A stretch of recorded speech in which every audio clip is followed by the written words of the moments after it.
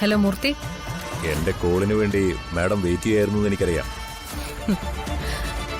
ഞാൻ വിചാരിച്ച സമയത്ത് തന്നെ മൂർത്തിയുടെ കോള് വന്നു. പറ മൂർത്തി, എനിക്ക് സന്തോഷം തരുന്ന ആ വാർത്ത പറ. മാഡത്തിന് ഇന്ന് വെറും സന്തോഷമല്ല, സന്തോഷത്തിന്റെ ബമ്പർ ലോട്ടറിയാണ് അടിച്ചിരിക്കുന്നത്. എന്താ ഇത്ര വലിയ ബമ്പർ ലോട്ടറി?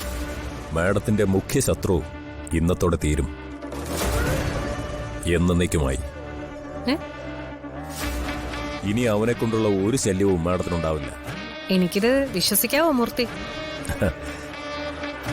മാഡം പുറത്തേക്ക് നോക്കുമ്പോൾ കാണുന്ന വെളിച്ചം സത്യമാണെങ്കിൽ ഇതും സത്യമാണ്.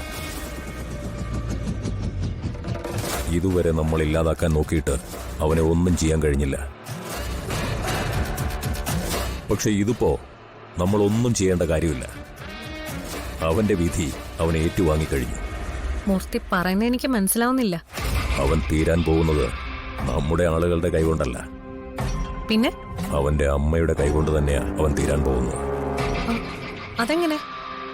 ഇന്നലെ രാത്രി നമ്മൾ വിഷം കലർത്തിയ പഴങ്കഞ്ഞി ഇന്ന് രാവിലെ ആദ്യം കഴിച്ചത് ആരാണെന്ന് മാഡത്തിന് അറിയാമോ?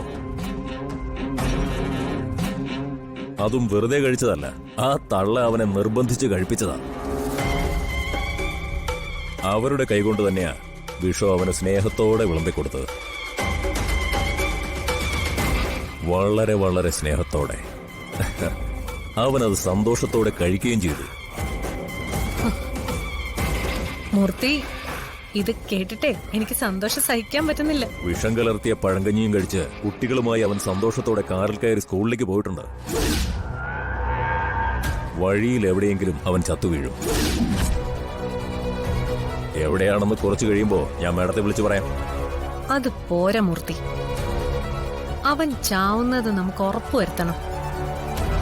നമ്മുടെ ആളുകളോട് പിന്നാലെ പോകാൻ പറ. എന്നിട്ട് അവൻ ചത്തുന്ന് ഉറപ്പുവരുത്തുന്നത് വരെ അവര് കൂടെ ഉണ്ടാവണം. ഇനി അഥവാ അവൻ വഴിയിൽ വീണ് ചത്തില്ലെങ്കിൽ, എവിടെയെങ്കിലും അവശനായി വീണ് കിടക്കുകയാണെങ്കിൽ എടുത്തു വല്ല കൊക്കയിലും കൊണ്ട് തള്ളിയേക്കണം. ശരി മാഡം, ഞാൻ ഇപ്പൊ തന്നെ നമ്മുടെ ആളുകളോട് വിവരം പറയാം. പറഞ്ഞാ പോരാ, ചെയ്യിപ്പിക്കണം. മൂർത്തി, ഈ ബമ്പർ ലോട്ടറിയുടെ വിജയം എനിക്കിന്ന് ആഘോഷിക്കണം. വെറുതെ ആഘോഷിച്ച പോരാ, പടക്കം പൊട്ടിച്ച് തന്നെ ആഘോഷിക്കണം.